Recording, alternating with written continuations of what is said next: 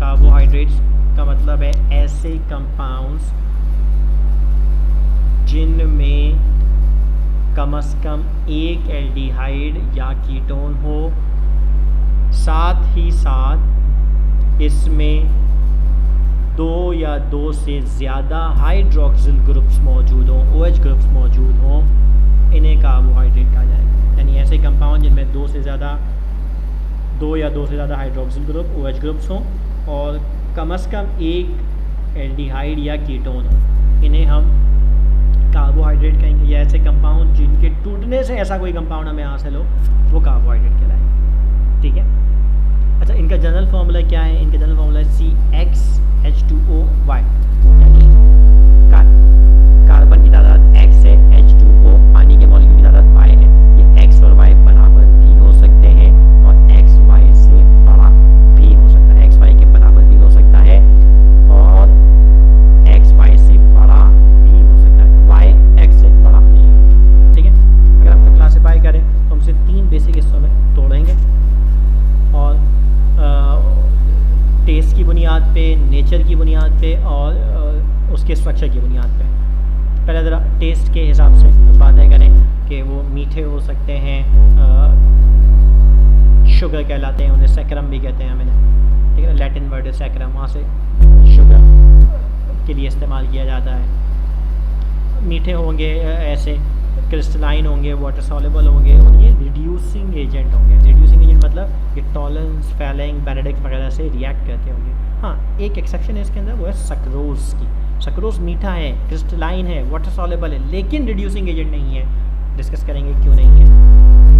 ठीक है। Non sugar कौन है? टेस्टलेस है, नॉन क्रिस्टलाइन, एम्बॉफस कह लीजिए आप उन्हें, है ना, वाटर इनसॉल्युबल है और ये सारे के सारे रिड्यूसिंग एजेंट नहीं है, नॉन रिड्यूसिंग एजेंट है सारे के सारे।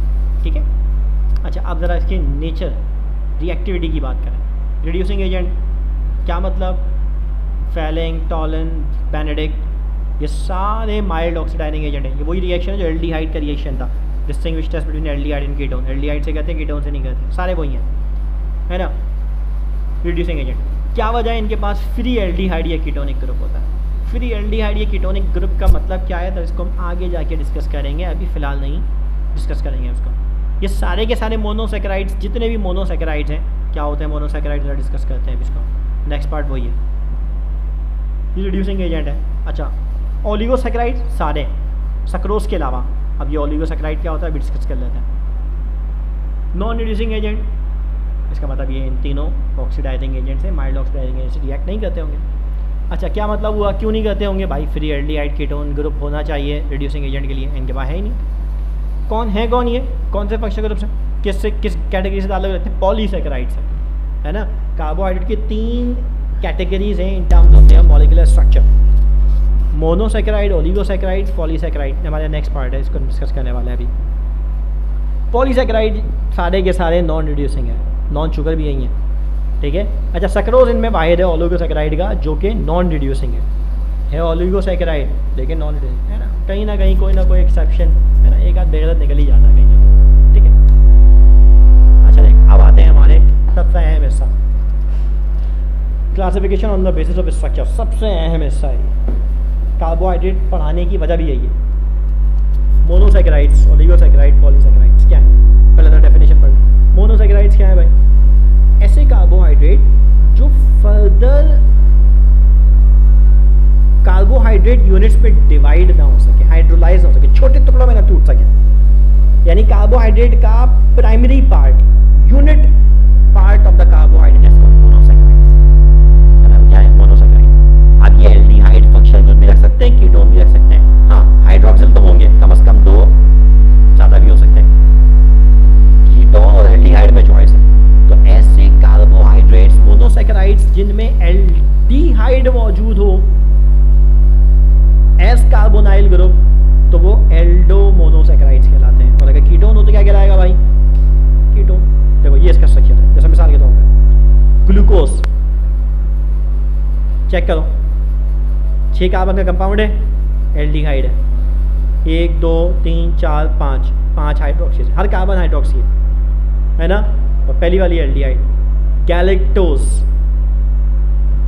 ग्लूकोज कीटोन आ गया, बाकी सारे हाइड्रोक्सीज। अच्छा था, गौर करो, मैंने इसको कहा Aldo hexose, Aldo aldehyde, hex 6 carbon है, ओज सफिक्स होता है ये बच्चों कार्बोहाइड्रेट्स का, ऑलमोस्ट सब में इस्तेमाल होता है, कहीं कहीं नहीं भी होता, स्टार्च है, ठीक है, उसमें इस्तेमाल नहीं भी होता है ना, स्टार्च में हम ये कह रहे हैं लेकिन वो इस्तेमाल है कार्बोहाइड्रेट लेकिन इस्तेमाल नहीं होता, ठीक है ना। ग्लाइकोजन वो भी कार्बोहाइड्रेट है लेकिन उसके अंदर भी इस्तेमाल ओज नहीं होता, बाकी सब होता है, ठीक है। तो ध्यान में रखो एल्डो हेक्सोस क्यों कहा हमने। अच्छा ये देखो ये भी एल्डिहाइड है, 6 कार्बन है, ओज है, ओज क्यों है, एल्डिहाइड हाइड्रोक्सीज 2 से ज़्यादा, 2 या 2 से ज़्यादा। अच्छा फ़र्क देखो गैलेक्टोज और ग्लूकोज में फ़र्क देखो ज़रा क्या है, पहली कार्बन एल्डिहाइड दोनों में, दूसरी कार्बन हाइड्रोक्सी, तीसरी हाइड्रोक्सी, चौथी हाइड्रोक्सी, पांचवी हाइड्रोक्सी, छठी हाइड्रोक्सी, सब यही है। फ़र्क किस चीज़ का आ रहा है ज़रा चेक करो, carbon number 3, carbon number 3, carbon number 4, फ़र्क दिख रहा है क्या है, कार्बन नंबर पे 4 ग्लूकोज में OH राइट साइड पे, यहाँ पे लेफ्ट साइड पे। आ रही है बात समझ में, एक OH की position in terms of 3 dimensional structure, जैसे स्टीरियो कहते हैं हमेशा, है ना, स्टीरियो कहते हैं हमेशा। फ़र्क किस चीज़ का है, स्टीरियो का फ़र्क है। चौथी कार्बन का OH ग्लूकोज में राइट साइड पे है, गैलेक्टोज में लेफ्ट साइड पे है। तो ग्लूकोज और गैलेक्टोज बेसिकली स्टीरियो आइसोमर्स हैं, इन्हें इपिमर्स भी कहा जाता है, इपिमर्स यानी सब सेम है, एक कार्बन की OH में ओरिएंटेशन में 3 डायमेंशनल स्ट्रक्चर में फ़र्क है, एक में राइट में एक में लेफ्ट में। तो ग्लूकोज और गैलेक्टोज के दरमियान रिश्ता क्या कहलाता है,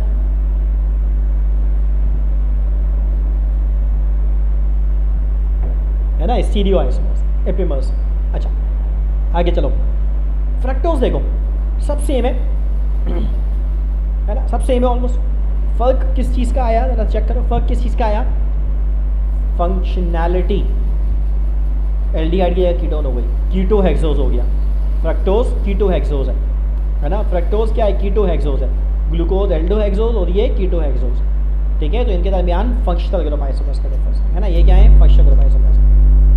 आ रही है बात समझ में। अच्छा देखो हमारे पास ये है ओलिगोसैकेराइड्स क्या होते हैं जरा, ओलिगोसैकेराइड्स क्या हैं, ऐसे कार्बोहाइड्रेट के मॉलिक्यूल जो टूटने पर हाइड्रोलाइज होने के बाद 2 या 10 मोनोसैकेराइड्स प्रोवाइड करते हैं, है ना, 2 या 10 बेसिक यूनिट प्रोवाइड करते हैं, ये क्या है, ओलिगोसैकेराइड्स, है ना। यानी मोनोसैकेराइड्स आपस में जुड़ के ओलिगोसैकेराइड्स बना रहे हैं, है ना। इनको जोड़ने वाला बॉन्ड बड़ा अहमियत रखता है, इनको जोड़ने वाला बॉन्ड क्या कहलाता है बच्चों, ग्लाइकोसाइडिक लिंकेज, ये बड़ा अहम है ना। ग्लूकोज या कार्बोहाइड्रेट मोनोसैकेराइड कह लें आप उसे, ग्लूकोज हमारा कॉमन बहुत है ना, इसका हम बहुत ग्लूकोज ग्लूकोज कर रहे होते हैं। मोनोसैकेराइड्स को जो जोड़ के ओलिगोसैकेराइड या पॉलीसैकेराइड बनाता है उसे कहते हैं, जो बॉन्ड जोड़ता है इन्हें वो कहलाता है ग्लाइकोसाइडिक लिंकेज या ग्लूकोसाइडिक भी कहलाता है ना। यानी अगर मोनोसैकेराइड ग्लूकोज हो तो ग्लूकोसाइडिक, और अगर ग्लूकोज के अलावा कोई और हो, है ना, तो वो ग्लाइकोसाइड, ग्लाइकोसाइडिक जनरल टर्म है, ग्लूकोसाइडिक स्पेसिफिक। क्या होता है ज़रा ग्लाइकोसाइडिक लिंकेज थोड़ा सा एक्सप्लेन करें, फिर वापस पॉलीसैकेराइड की तरफ जाएंगे, ठीक है ना। ग्लाइकोसाइडिक लिंकेज क्या है, वो बॉन्ड जो कार्बोहाइड्रेट मोनोसैकेराइड्स को जोड़ के ओलिगोसैकेराइड या पॉलीसैकेराइड बनाता है। इसकी पहचान क्या है, इसकी पहचान ये है कि बच्चों एक कार्बन 2 जानिब ऑक्सीजन से जुड़ी हुई है, एक कार्बन 2 जानिब ऑक्सीजन से जुड़ी हुई है। ये बिल्कुल उसी तरह की बात है जो हम पढ़ रहे थे हेमी एसिटल और एसिटल, चेक करना एल्डिहाइड का reaction with alcohol, hemi acetal और एसिटल, है ना।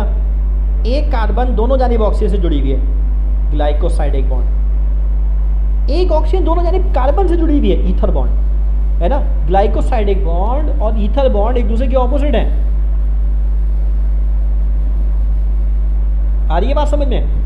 ग्लाइकोसाइडिक में क्या है, कार्बन के दोनों जानिब ऑक्सीजन है, ईथर में क्या है, ऑक्सीजन के दोनों जानिब कार्बन है ना। तो ईथर लिंकेज जो ग्लाइकोसाइडिक लिंकेज में ऑपोजिट रिलेशनशिप है, इसको जरा लिंक कर लेना जरा। अच्छा ठीक है ना। पॉलीसैकेराइड क्या है भाई, जब मोनोसैकेराइड्स 10 से ज़्यादा हासिल हों हाइड्रोलिसिस के दरमियान, ये कह लो 10 से ज़्यादा, 11, 12, 13, 14 ऑनवर्ड्स, कितने n नंबर ऑफ मोनोसैकेराइड्स जुड़ गए, ग्लाइकोसाइडिक बॉन्ड के थ्रू। तो बनने वाले सैकराइड को हम पॉलीसैकराइड कहेंगे, है ना, क्या कहेंगे हम उसे, पॉलीसैकराइड, ठीक है ना। इन्हें नॉन शुगरी कार्बोहाइड्रेट भी कहा जाता है, ये वाटर इनसॉल्युबल होते हैं, अमोर्फस होते हैं, हमने भी उस कंडीशन को ज़रा डिस्कस भी किया।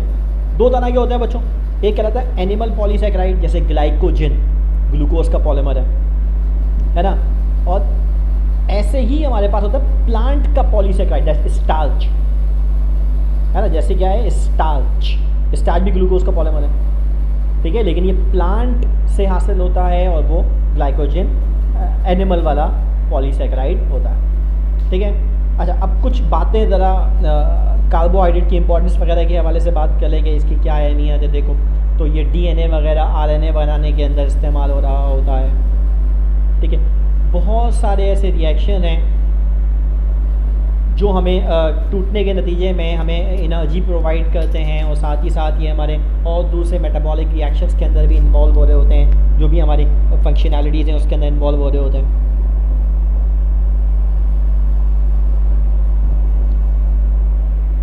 तो ये हमारे पास एक है। अच्छा, इससे ऑनवर्ड्स हमारे पास जो कार्बोहाइड्रेट से जो बेसिक हिस्सा है, जो आपको पढ़ाना बेसिक मकसद है कार्बोहाइड्रेट के लिए, जो उससे रिलेटेड चीज़ें हैं उनमें से हम ज़रा बात करें। न्यूट्रल रोटेशन क्या है?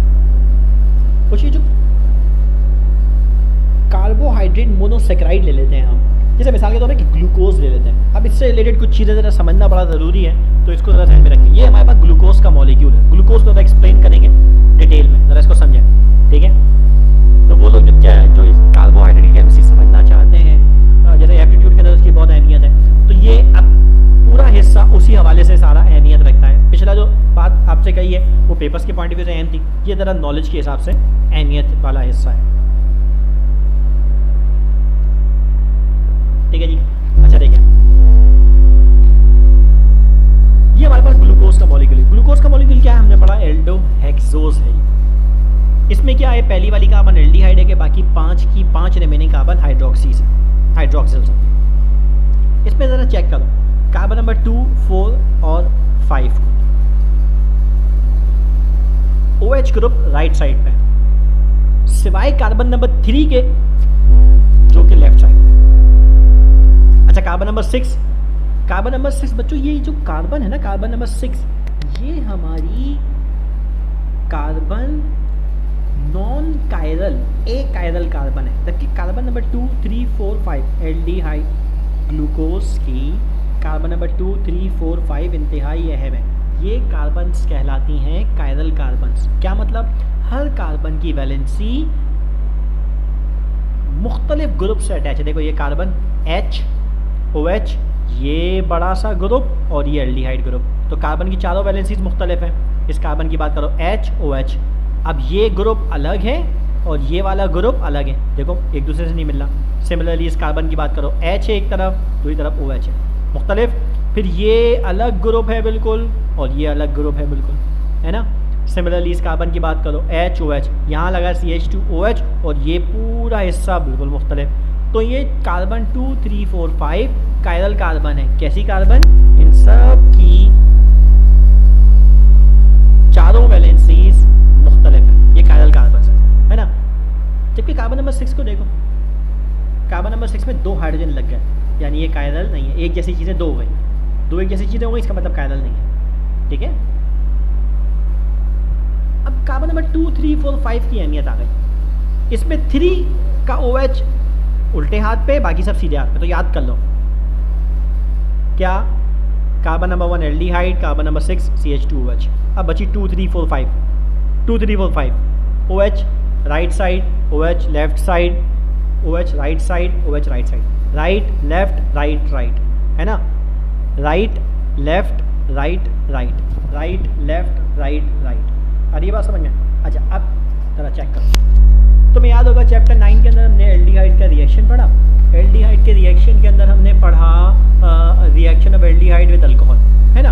उससे हमने बनाया हेमी एसिटल, याद है, हेमी एसिटल, और फिर बनाया एसिटल। याद करो जरा, हेमी एसिटल क्या है, जरा रिकॉल कर लेना उसको। हेमी एसिटल क्या है और एसिटल क्या है? हेमी एसिटल क्या था, कार्बन के एक जानिब ईथर लेंगे और उसी कार्बन के दूसरी जानिब OH लेंगे, यानी एक ही कार्बन है OH भी रखती है और ईथर भी रखती है, अल्कोहल भी रखती है, ईथर भी रखती है। अगले मरहले में क्या हुआ, वही कार्बन अब दोनों जानिब ईथर लिंक रखती है, जेमिनल डाई ईथर, वो कहलाता है एसिडल। लेकिन एक तरफ ईथर हो एक तरफ OH हो, यानी ये कहलाता है आधा एसिडल। सेम काम बच्चों यहाँ पे होने वाला है, और वो क्या, देखो एल्डिहाइड भी है, अल्कोहल भी है, और विद इन अ मॉलिक्यूल है, तो 5वीं कार्बन का OH निकलता है और एल्डिहाइड के साथ साइक्लिक स्ट्रक्चर बना लेता है ना, साइक्लिक स्ट्रक्चर बना लेता है। ये कुछ 6 मेंबर्ड साइक्लिक स्ट्रक्चर है। देखो ये पहली कार्बन, दूसरी, तीसरी, चौथी, 5वीं कार्बन, और 5वीं कार्बन का OH चला गया पहली कार्बन के साथ जुड़ने। अब इस कार्बन को देखो ज़रा, इस कार्बन के पास OC ईथर आ गया और OH अल्कोहल आ गया, तो क्या बन गया, हेमी एसिडल।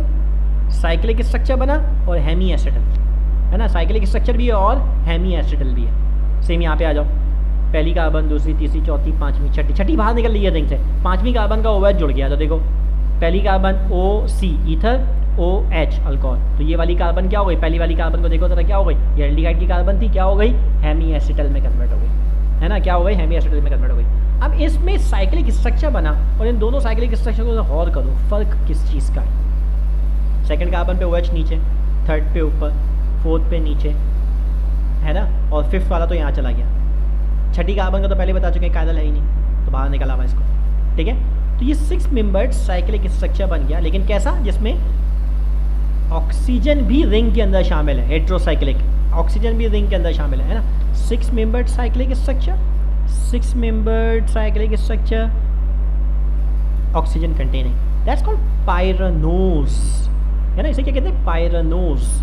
पायरानोस क्या होता है, 6 membered cyclic structure containing 1 oxygen, है ना, इसे क्या कहते हैं, पायरानोस। तो ये स्ट्रक्चर क्या बन गया, ग्लूकोज से पायरानोस स्ट्रक्चर बन गया, है ना, ग्लूकोपायरानोस स्ट्रक्चर आ गया, ग्लूकोज जो पायरानोस के अंदर कन्वर्ट हो गया। अच्छा, अब इन दोनों में फ़र्क क्या है, इन दोनों में फ़र्क क्या है, गौर करो। पहली कार्बन का OH यहाँ देखो नीचे की जानिब है, और यहाँ देखो ऊपर की जानिब है, यानी वो जो एल्डिहाइड की कार्बन है वो OH में कन्वर्ट हो गई है, अल्कोहल में कन्वर्ट हो गई है, हेमी एसिटल में कन्वर्ट हो गई है, और जो हेमी एसिटल बना उसका OH ऊपर भी है और नीचे भी है। तो एक मॉलिक्यूल है जिसमें नीचे है, दैट्स कॉल्ड अल्फा, और एक मॉलिक्यूल जिसमें ऊपर है, दैट्स कॉल्ड बीटा।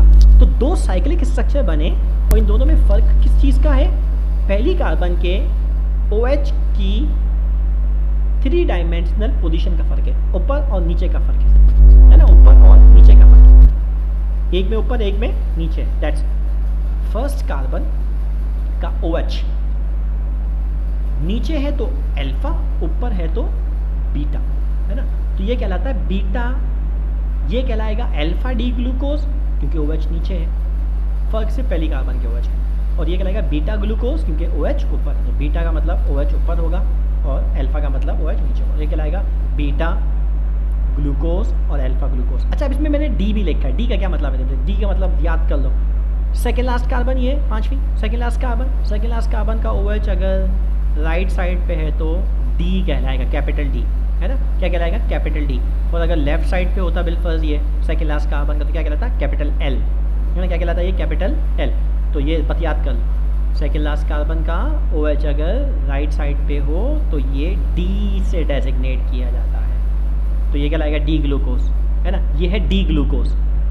अल्फा और बीटा कब आएगा, जब साइक्लिक फॉर्म बनेगी। साइक्लिक फॉर्म में अगर OH नीचे है तो अल्फा, ऊपर है तो बीटा। अब देखो हो क्या रहा है, हो ये रहा है alpha D glucose open chain structure में कन्वर्ट हो रहा है ना, और ओपन चेन स्ट्रक्चर अगले मरहले में बीटा में कन्वर्ट हो रहा है, फिर बीटा टूट के ओपन चेन में कन्वर्ट हो रहा है, और देन अल्फा में कन्वर्ट हो रहा है, यानी इनके दरमियान एक इक्विलिब्रियम एस्टेब्लिश हो रहा है। Alpha isomer open chain structure से गुजरते हुए बीटा आइसोमर में कन्वर्ट हो रहा है, और beta isomer open chain structure से गुजर के अल्फा आइसोमर में कन्वर्ट हो रहा है, और ये जो इनके दरमियान डायनामिक इक्विलिब्रियम है बच्चों, इसका नाम म्यूटा रोटेशन, है ना, इसे क्या कहते हैं, म्यूटा रोटेशन, है ना, इसे क्या कहते हैं, म्यूटा रोटेशन, ठीक है ना। तो 2 साइक्लिक स्ट्रक्चर के दरमियान, है ना, 2 साइक्लिक आइसोमेरिक, आइसोमर कौन सा, ये स्टीरियो आइसोमर है ना, ये कौन सा आइसोमर है, स्टीरियो आइसोमर है, इनका एक मखसूस नाम होता है, वो कहलाता है एनोमर, है ना, इनका नाम क्या कहलाता है, एनोमर, यानी एल्डिहाइड वाली कार्बन का OH ऊपर या नीचे एनोमर्स कहलाते हैं, है ना। कार्बोनाइल कार्बन का OH अगर ऊपर है तो बीटा, नीचे है तो अल्फा, है ना। तो ये कहलाते हैं एनोमर्स, स्टीरियोआइसोमर्स, ठीक है। सेम बच्चों फ्रक्टोज के अंदर भी होता है, लेकिन यहाँ पे क्या होता है, ये बड़ी अहम बात है। यहाँ पे क्या होता है, यहाँ पे हमारे पास OH ग्रुप, यहाँ पे हमारे पास जो OH ग्रुप है वो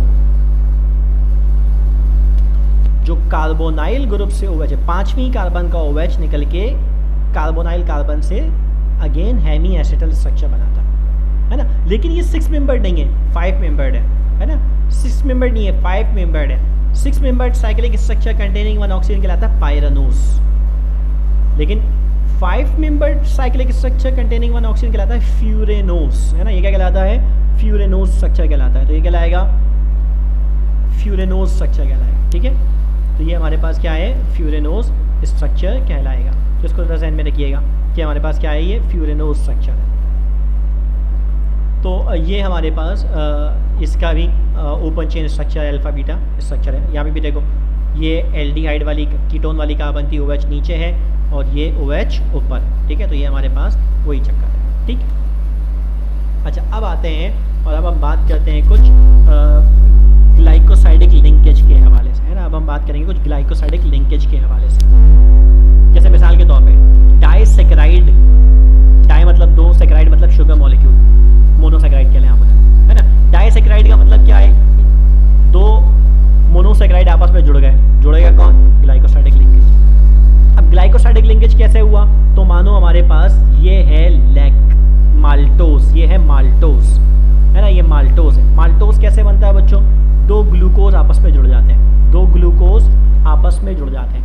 ग्लूकोज कौन से वाले, एक है अल्फा, एक है बीटा, है ना। Alpha D glucose, beta D glucose आपस में जुड़ जाते हैं। Alpha D glucose, beta D glucose आपस में जुड़ जाते हैं। कौन से बॉन्ड से, ग्लाइकोसाइडिक बॉन्ड से। कैसे जुड़ जाते हैं, तो बोलते हैं अल्फा डी ग्लूकोज की पहली कार्बन, बीटा डी ग्लूकोज की चौथी कार्बन आपस में ग्लाइकोसाइड लिंकेज बना देती है ना। आपस में क्या कहती है, ग्लाइकोसाइडिक लिंकेज बनाती है। देखो जरा चेक करो ग्लाइकोसाइडिक लिंकेज, ये कार्बन ऑक्सीजन कार्बन COC, है ना। और इस कार्बन को देखो COC। अब इस कार्बन को जरा नोट करो, इस कार्बन को नोट करो, कार्बन नंबर 1 को। तो कार्बन के दोनों जानिब OC लिंकेज आ गया, है ना। कार्बन के दोनों जानिब ऑक्सीजन भी है और यहाँ पे भी ऑक्सीजन है, यानी ये वाली कार्बन इस कार्बन से जुड़ी है ना। ये वाली कार्बन, ये वाले मॉलिक्यूल इस मॉलिक्यूल से जुड़ा है। किस तरह, इस कार्बन, इस वाले मॉलिक्यूल की कार्बन नंबर 1 दूसरे मॉलिक्यूल की ऑक्सीजन से जुड़ के ग्लाइकोसाइडिक लिंकेज बना रही है। और क्यों कह रहे हैं ये ग्लाइकोसाइडिक लिंकेज है बच्चों, तो ध्यान में रखो, ये कार्बन, ये मॉलिक्यूल अल्फा मॉलिक्यूल की carbon, aldehydic carbon, beta molecule की ऑक्सीजन से जुड़ के जो लिंक बना रही है वो क्या हो रहा है, कार्बन विद ऑक्सीजन, है ना। कार्बन के दोनों जानिब क्या बन गया, ऑक्सीजन ऑक्सीजन लिंक आ गया, ठीक है। तो ये हमारे पास क्या है, ग्लाइकोसाइडिक लिंकेज। ये क्या हमारे पास ग्लाइकोसाइडिक लिंकेज है, यानी माल्टोस के अंदर जो ग्लाइकोसाइडिक लिंकेज क्या होता है, वो कहता है alpha beta 1 to 4 glycosidic linkage. Molecule कौन सा है, ग्लूकोज। मोनोसेकेराइड्स कौन से हैं, ग्लूकोज। अच्छा, बात है लैक्टोज के लिए, मिल्क शुगर। लैक्टोज कैसे बनता है, लैक्टोज के मोनोमर्स क्या हैं, गैलेक्टोज, ग्लूकोज, ये इसके मोनोसेकेराइड्स है ना। कैसे बनता है, बीटा गैलेक्टोज और बीटा ग्लूकोज, बीटा गैलेक्टोज और बीटा ग्लूकोज आपस में जुड़ जाते हैं। कैसे, 1 to 4 से। तो देखो, बीटा गैलेक्टोज की पहली कार्बन, बीटा ग्लूकोज की चौथी कार्बन का OH आपस में लिंक कर गया, है ना। OH आपस में क्या कर गया है, लिंक कर गया, जिसके नतीजे में हमारे पास ये लैक्टोज मॉलिक्यूल बना, जिसके नतीजे में हमारे पास क्या बना है, लैक्टोज। सेम सक्रोज के लिए भी बात करें, सक्रोज के अंदर क्या है, सक्रोज में क्या है बच्चों, ग्लूकोज है और फ्रक्टोज, ग्लूकोज है और फ्रक्टोज है। ग्लूकोज कौन सा है, अल्फा ग्लूकोज और बीटा फ्रक्टोज, अल्फा ग्लूकोज और बीटा फ्रक्टोज की पहली कार्बन, है ना। इसकी जो ये कार्बन का OH है, ये कार्बन का OH है, ये बच्चों लिंक कर गया है किसके साथ, फ्रक्टोज के साथ। क्या बन गया, ये बन गया हमारे पास ईथर लिंकेज। अब अगर तुम गौर करो, सक्रोज के अंदर, तो सक्रोज के अंदर एल्डिहाइड वाला हिस्सा मौजूद नहीं है। ध्यान में रखो, सक्रोज किससे बना? ग्लूकोज और गैलेक्टोज, फ्रक्टोज से। फ्रक्टोज में कीटोन होता है, एल्डिहाइड नहीं होता, है ना। ग्लूकोज का एल्डिहाइड फ्रक्टोज के OH से लिंक कर गया, यानी ग्लूकोज का एल्डिहाइड तो ग्लाइकोसाइडिक बनाने में इन्वॉल्व हो गया, ग्लूकोज का एल्डिहाइड तो फ्रक्टोज के साथ बॉन्ड बनाने में इन्वॉल्व हो गया। आ रही है बात समझ में? इसका मतलब ये हुआ कि यहाँ फ्री एल्डिहाइड ग्रुप मौजूद नहीं है, यहाँ पे फ्री एल्डिहाइड ग्रुप मौजूद नहीं है, इसका फ्री एल्डिहाइड ग्रुप मौजूद नहीं है। बॉन्ड बना लिया ना उसने, अब वो दोबारा से टूट तो सके, टूटेगा तो बॉन्ड ही टूट जाएगा, फिर तो वो सक्रोज ही नहीं रहेगा, ठीक है ना। सक्रोज के बारे में हम कह रहे थे कि ये रिड्यूसिंग एजेंट नहीं है। अच्छा बाओ ज़रा ऊपर, ये भी डाइसैकराइड, ये भी डाइसैकराइड, ये दोनों डाइसैकराइड क्या हैं? ये रिड्यूसिंग एजेंट है। क्यों है? तो तुम बोलो भाई देखो, ये भी तो आपने एल्डिहाइड ग्रुप बोला है, ये एल्डिहाइड ग्रुप तो मौजूद है, ये भी तो ग्लाइकोसाइडिक लिंकेज बना रहा है, तो फिर इसे भी नहीं होना चाहिए। सेम ये भी एल्डिहाइडिक कार्बन है, ये भी तो यहाँ ग्लाइकोसाइडिक बना रही है, इसे भी नहीं होना चाहिए। हम बोला बिल्कुल सही कह रहे हैं आप, ये जो कार्बन एल्डिहाइडिक है ये तो एंगेज हो गई है, नहीं बनाएगी ये भी एंगेज हो गई है, नहीं बनाएगी ये। लेकिन बच्चों ये भी तो एल्डिहाइडिक कार्बन है, क्या ये एंगेज हुई है? क्या ये एल्डिहाइडिक कार्बन ग्लाइकोसाइड बना रही है? नहीं, इसका मतलब ये फ्री है, इसका मतलब ये फ्री है, तो फिर ये फ्री है तो फिर तो ये रिड्यूसिंग एजेंट के तौर पे इस्तेमाल हो सकते हैं, है ना। आ रही है बात समझ में कि ये वाली कार्बन तो इन्वॉल्व हो गई है ग्लाइकोसाइडिक लिंकेज में, लेकिन जो दूसरा मॉलिक्यूल इससे जुड़ रहा है उसकी एल्डिहाइडिक कार्बन तो अवेलेबल है।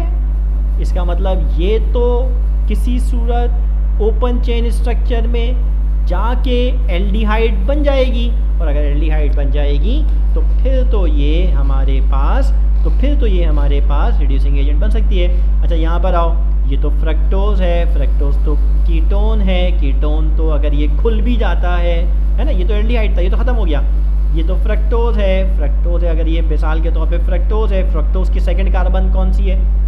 फ्रक्टोज की सेकंड कार्बन क्या होती है? फ्रक्टोज की सेकंड कार्बन कीटोनिक होती है। कीटोनिक कार्बन कन्वर्ट किस में हो गई है? ज़रा चेक करो, कीटोनिक कार्बन किस में कन्वर्ट हो गई है? ये सेकंड कार्बन कीटोनिक साइकिल होने के बाद किस में कन्वर्ट हो गई? अल्कोहल के अंदर, और वो अल्कोहल लिंक हो गया, देखो, है ना। जो सेकंड कार्बन है वो अल्कोहल में होती है, और सेकंड कार्बन क्योंकि ईथर लिंकेज बनाने में, ग्लाइकोसाइडिक लिंकेज बनाने में इन्वॉल्व हो गया है, लिहाजा अब ये अवेलेबल हालत में मौजूद नहीं है ना। यहाँ देखो, ध्यान में रखो, दोबारा ज़रा पीछे जाओ। फ्रक्टोज की सेकंड कार्बन ये रही और ये रही, इसका अगर OH ग्लाइकोसाइड बनाने में इन्वॉल्व हो जाएगा तो फिर ये ओपन चेन स्ट्रक्चर में नहीं जाएगा और रिड्यूसिंग एजेंट नहीं बनेगा। यही वजह है कि ये जो सेकंड कार्बन है, ये तो ईथर लिंकेज, ये तो ग्लाइकोसाइडिक लिंकेज बनाने में इन्वॉल्व हो गया, यानी ये पकड़ा जा चुका है। अब अगर ये पकड़ा जा चुका है तो ये रीओपनिंग स्ट्रक्चर में इन्वॉल्व नहीं होगा। अब अगर ये रीओपनिंग स्ट्रक्चर में इन्वॉल्व नहीं होगा, यानी लॉन्ग चेन में, ओपन चेन में नहीं जाएगा, इसका मतलब ये रिड्यूसिंग एजेंट नहीं बन सकता। यहाँ पे देखो, यहाँ पे क्या है? ये पहली वाली कार्बन है, ये वाला हिस्सा रीओपन हो सकता है, सेम यहाँ पे भी रीओपन हो सकता है, क्योंकि इसमें फ्री एल्डिहाइड ग्रुप मौजूद है, लिहाजा ये रिड्यूसिंग एजेंट के तौर पे काम कर सकते हैं। क्लियर है बच्चों? समझ में आई बात? होप आपको इसको मतलब समझ में आ गया हो कि क्यों सक्रोज नॉन रिड्यूसिंग है जबकि बाकी रिड्यूसिंग है। ओके बच्चों।